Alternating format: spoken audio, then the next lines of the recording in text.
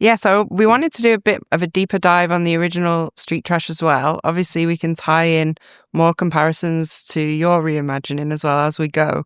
But just for listeners, Street Trash is a 1987 J. Michael Muro film. And it's a sleazy Brooklyn, New York City punk 80s body melt film. So yeah, just Greg and I were talking before about how there's like 3 different plots in this movie, kind of tied in. So it's quite interesting when you say there's no plot. I would say there's actually too much plot. And by that, what I mean is like there isn't really an overriding plot, but there's about 5 or 6 kind of smaller individual subplots.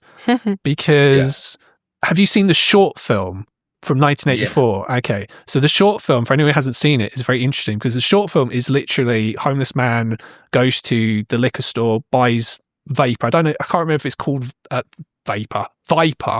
I don't know if it's called Viper in the short film. I can't remember, sorry. But like, it's literally, he gets this Viper, drinks it, melts. Another homeless guy drinks it, melts. It's literally that for about 15 minutes. Yeah. Which is pretty cool.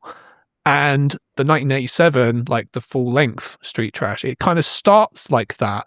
But then you kind of have this guy Bronson, who's this Vietnam vet, who's crazy.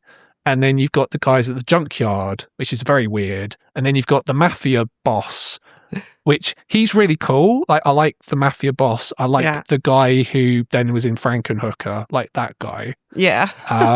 But yeah, when it came to your film, when you were thinking about sort of the plot, was it a case of like, okay, I don't want to keep this element of the plot, I only want to keep these specific elements? Like, was it a very conscious choice, or were you just like, nah, you know what, let's just get rid of all this extra shit, you know, it doesn't matter? Or again, it was just more of I knew straight away. I just, like you said, if you look at the original Street Trash, there is those it's not a whole fucking narrative, but there's those little plots, you know, in there. Like, it's more about, I guess, like if you look at the original, it's more about following that bottle of booze. You know what I mean? Like, this guy takes it, then he steals it off him, and then it goes there. I think with my Street Trash that it was from the very start was, again, like I said, is to follow this journey of these characters through trying to survive on the streets and just keeping it with, you know, Ronald and Chef and his men. And, you know, they go out and they look for stuff and they look for batteries, and it's that, you know, it's that realistic post-apocalyptic, just that fucked up future, you know, and them just trying to survive. And it was more about going on the journey with those guys and staying with those guys. And, you know, it's either you're rich, which is the government, or you're poor, which means you're homeless, and there's no in between. Yeah, I also forgot that in the original that there's this whole like war vet sort of thing where at first I was like, in my memory of it was that it was maybe a bit like Skid Row kind of thing where it was just homeless people and there were random amputees because that's what's in the original film. But then I realized it's kind of like a commentary on how the country had treated its war veterans. It's like not looked after them. And so was there an element of that you pulled into your version? Yeah. I mean, if you know, you got to look, you know, there's a lot of depth within the film, and there's a lot of layers. So, I mean, we all know, and we all went through COVID. We all went through that thing where the government's saying, you got to do this, you got to do that, you can't do this, and you can't do that. And then the homeless thing is a problem. It is a problem world fucking wide, more now than ever. So there's a lot of, you know, you look at this, you look at the mayor in Street Trash, and, you know, it's almost like that, you know, like the president. It's, you know, it's all the, you know, it's almost like Trump and this and that. So there's all those like elements there. And like I said, the homeless thing is a big fucking thing around the world. I remember going back to Liverpool a few years ago, and I was shocked how much homeless people there are there than there used to be. And it's the same thing in South Africa. And then when I went to the States, it's the same thing. It's out of control. It's fucking crazy. And again, it's all this shit with politics, and it's all the shit with the governments and not looking after their people. So it's very fucking relevant, right now. Yeah, relevant then, still relevant now, and I think, and New York City is like a great place to highlight that, because I mean, I've been to New York probably periodically over the last 20 years, and it's always been like that. There's this huge homeless community, so it's a great way to highlight it in the original. And it's the same with LA, or when you go to San Francisco, there is there's a lot of homeless there. Yeah. One other thing that I forgot about the original movie is like when it opens, this character Fred is like just making these farting noises for it. And I was like, what the hell?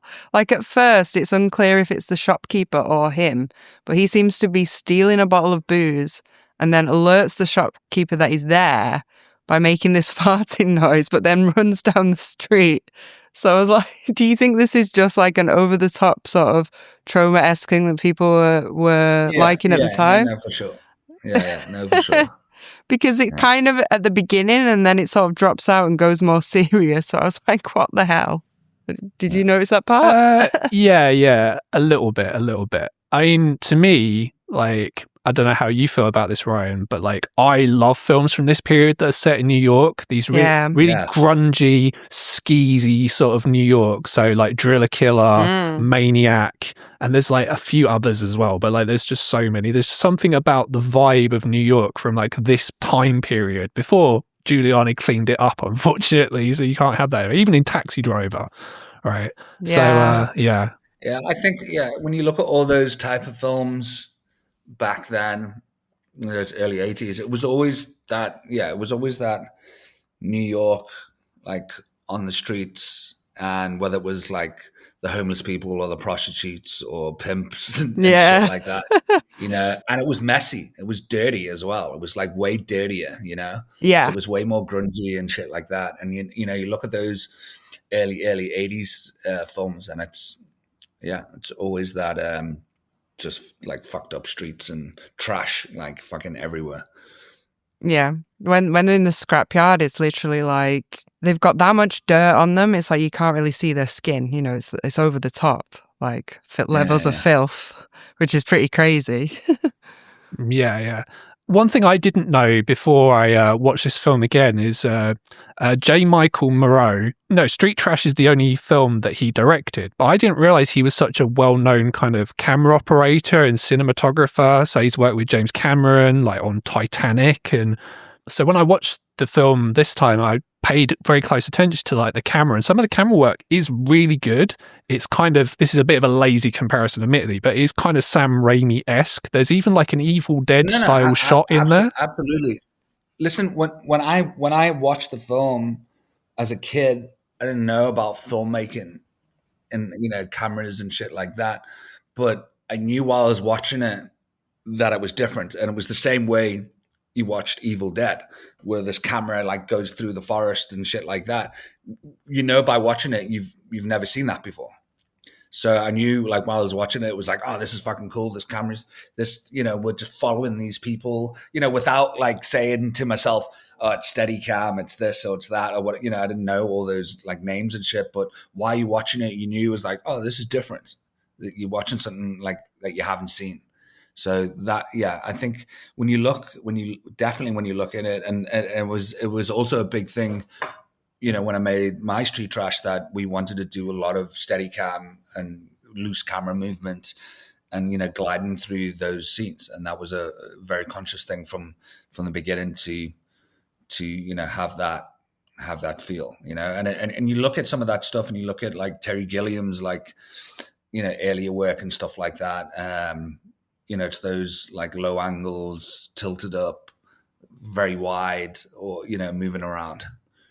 Yeah. I mean, some of my favorite parts of the 87 Street Trash is the second homeless man, where there's a shot of him in the foreground, and in the background you see the rest of New York City kind of just going about, like, unnoticing the homeless people, like they're these forgotten people. I thought that was a really excellent shot, really excellently framed. And also there's a scene with Bronson, and I think it's like one take where the camera starts on Bronson, then it kind of just goes in like a circle, showing like all the other homeless people there listening to him ranting and raving. And the nightmare sequence as well. I think the nightmare sequence as well, where he's having a Vietnam flashback. I think that's like really, really well done as well. Yeah. I forgot about that. Yeah.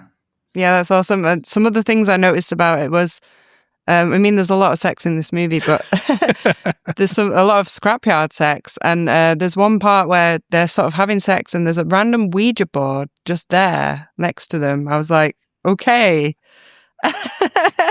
Other things that I noticed that I found hilarious is when the credits roll, the credits are awesome. It's like receptive whore in van, whore on telephone, other whores in van. And then you get to Bronson's henchmen who are called like Hefty and Discount. So, I mean, I'm guessing you took a little bit of inspiration for that for your character names as well. But the credits did make me laugh.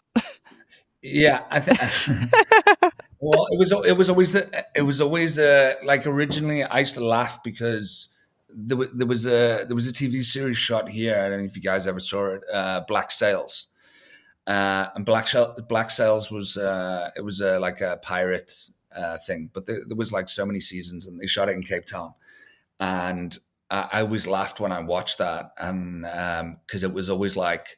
Because there was a lot of like prostitutes in it and stuff like that, so it was always like blowjob whore or just like all these like random fucking names, and it was always like, yeah, it was like the names were just like fucking terrible for these things. So I kind of looked at that and I was like, well, it's like how you gonna name somebody without just going prostitute or like sex worker. And there is sex worker, but there's those certain names that we also, as a crew, just laughed at, saying, "Okay, this is your character's name." You know what I mean? We might not, somebody might not call you that name, but when you look at the description of what you're doing, it's like, yeah, you're the blowjob king, or you're the or fucking whatever. It makes sense. It's a lot more fun, and it's a hell of a lot more interesting than putting like prostitute 1, 2, 3, and 4, you know? Yeah. Well, imagine if you're an actor starting out and you're like, fuck, I just want that IMDb credit. And then you get it and you're the blowjob king and you're like, ah. You're like, oh man, do I want this credit? So again, I noticed obviously, Ryan, in your version of the film, like you haven't included the bits with the mafia boss, with this, who is really awesome in this film, in the 87 film, by the way. So there's this guy, Tony Darrow, who then went on to appear in like Scorsese films. Yeah. And he is very, very convincing as this kind of local mafia boss. Again, the way he talks to James Lawrence is very funny. Look at this cocksucker, he's eating chicken. He's supposed to be watching the fucking door. Mr. Duran, it's good to see you. How are you, Mr. Duran, huh? Mr. Duran, my ass. Did you see somebody leave the alley with that lady I was with? I didn't see anything. I just came out for some air. You know, it was a little crowded inside. I came out, I saw some guy in there. He was going through the garbage, some stink bomb, you know, real bad odor. He was poking around, he was stinking up the place. It smelled like my grandmother's hamper. I didn't want to make the business bad for you here. I wouldn't lie, I swear to God, I swear to Joseph, Jesus, and Mary on the cross. Why would I lie to you? You know you're a big man around here. You saw with me 100 fucking times. Why didn't you come in and call me, you fucking imbecile? You fucked up, you know that, don't you? Take a walk. Sorry. God bless you. You're a real asshole. Yeah, I also forgot there was kind of like a bit of a post-credits sequence at the end where they kill off the mafia boss, like Mr. Duran. And it's like it's a decent amount of deaths in this movie. I usually count the body count, and this is a 13 death movie, which is pretty cool. I think my favorite one is the toilet one, which is classic. I guess everybody knows it. It's the poster image. It's the cover image. And it's, very, very colourful. I mean, there's at least 3 colours of blood slime going on there, which is epic. Yeah. There's a lot to like in that scene. Yeah, which I assume the reason they did that was to try and get around like ratings board issues, potentially, because they don't like lots of blood. So if you make the blood different colours, then they won't have as much of an issue with it. It looks cool as well, as just, it just does. Yeah. I think you know, there's always been talks of that. I mean, even Tarantino had that with Kill Bill, you know, the black and white thing and the blood and all that. Oh yeah. But I don't really think that matters, to be honest, because the certification board, you know, they look at all different things. No matter, like, okay, you say fuck 100 times in the movie, or or there's this blood, or there's that blood, or whatever, and there's this violence, or guns, or knives, or whatever. So it's all those things that add up. But I guess, like, when you look at people like us that watch all these films, I mean, that doesn't fucking matter in the slightest. You know what I mean? You know what I mean? It's like you're gonna watch it anyway, and at the end of the day, they're just gonna have to certificate at 18 anyway. You know what I mean? So it's not gonna. It's only when it comes to like distribution for certain things where you have to either cut a certain scene. You'll be surprised how many countries around the world that is against certain things. Like there's some countries that are more against drugs than violence. So you can, violent wise, you can do whatever the fuck you want. You can go very hardcore, but then there's certain countries that go, we don't want to see the needle going into the skin. We don't want to see that. Or it's like homosexuality or something like that. A certain country would be like, no, we can't have any of that at all, or something like that. So every country is very, very different when it comes to ratings and how they certificate their movies. Yeah, it's actually really true. And I mean, the internet anyway has like a high tolerance for real life blood and gore and things, and you can see so much online now. You've got like Mexican cartel deaths online. I think it's fucking nuts. Yeah, like the shit that you can see online now is fucking crazy. Yeah, like if I had a kid now, there's not a fuck I would let my kid go on the internet, have a fucking phone or some shit. It's like the amount of shit that's on there now, and it's just so fucking, like, it can be the most random shit, and it's I'll have like videos on my fucking Instagram where I'm scrolling through, or Instagram TV, whatever, and I'm going through it, and then it's showing me like fucking people dying. I'm like, why the fuck do I want to watch this? Like real people fucking dying. I was like, what the fuck? Why are you showing me this? And then it's like, and then it will like show like animals getting hurt and shit. And I was like, why the fuck? Why is this online? Yeah. Why isn't people like fucking complaining about it? Yeah. And then there's like a whole another fucking view with like just random like girls doing something. I'm gonna say what it is, but just girls doing certain things, and I'm just like, fucking hell, like 2 years ago, they would have fucking throw you off. Yeah. You know what I mean? Yeah. So it's like, there's pretty fucking hardcore shit on there now. And I'm surprised that it's still fucking. Well, yeah, it's crazy that it's uncensored. Like real life is uncensored on the internet, but then you have to jump through so many hurdles with film. Obviously that's like a proper release, like an official, like public release. But yeah, it's crazy how uncensored. But I think the world's gone fucking nuts. To be honest, I think the world's gone crazy. It's like you'll scroll through, and then it's just a chick sitting there taking a piss. And I'm just like, what the hell? Where the fuck does that come from? Or why is people doing that? It's fucking nuts. It's just like the world has just gone fucking crazy. It's just fucking crazy. Yeah. Wow.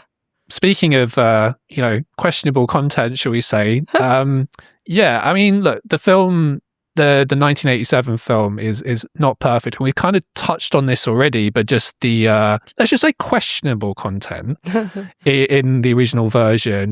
There is implied necrophilia in the original. There's implied gang rape. I'll just put it out there. That is heavily implied. Obviously, it's not shown, but and there's a lot of nudity, which I know you are not super a fan of. I mean, it has its place, and there's a lot of it in 80s films, but sometimes when it's like, it's like just for the sake of it, it's like over the top, like all the time. It's like, I'm bored of this now. And you've got our fat bald man as well at the junkyard. Guys, Frank, I think his name is. But yeah, just that guy in general. You will not be surprised to hear that he's a trauma regular. Oh. I think he's in the original Toxic Avenger, but yeah, anyway. Oh. So it's that kind of content, which is like, yes, I am watching a film from the 80s. Yes. Yeah. 80s Bush. That's all I'll say. I was like, they didn't shave much then. Yeah. Which, I mean, Ryan, as I say, you've said this already, like you didn't want to include any of that kind of content in your film. obviously. No, I think some people just do it for like shock value, and then you know, you look at that and it's, I don't know. I look at it and go, you just don't. A lot of people complain about that scene. A lot of people, you know, didn't like that or didn't need to go there. And I think sometimes when it didn't need to go there, what's the point? What's the point of doing it? You know. But I think it's just, you know, you look at the original Street Trash, and it's not a perfect film, but it's cool, and that's what's cool about it. That it's not a perfect film, and you still enjoy it, and you watch it, and it's about that time and that place and time, like when you were a kid and you're watching these films, and I think that's what the main love for it is, you know.